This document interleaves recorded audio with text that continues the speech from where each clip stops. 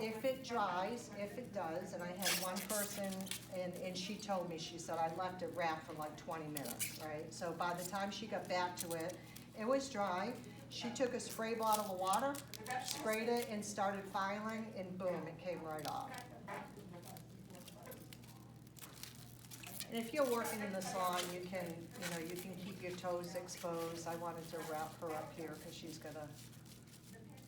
So when you do this, we call it our remedy service, okay? When you do a callus service this way, you upgrade your pedicures $50. Wow. Okay, $50. If you do this service by itself, that went down and give me this one. If you do this service by itself, you can do it in less than 30 minutes because there's a lot of people that, they may want a callus softening removal process, right? But they don't want to sit for the whole pedicure. So if you're doing it by yourself, we're recommending $75 to $85. So there's a real value in using a product, again, that's effective, that you believe in, that has a result, that works for you, but also works for the client.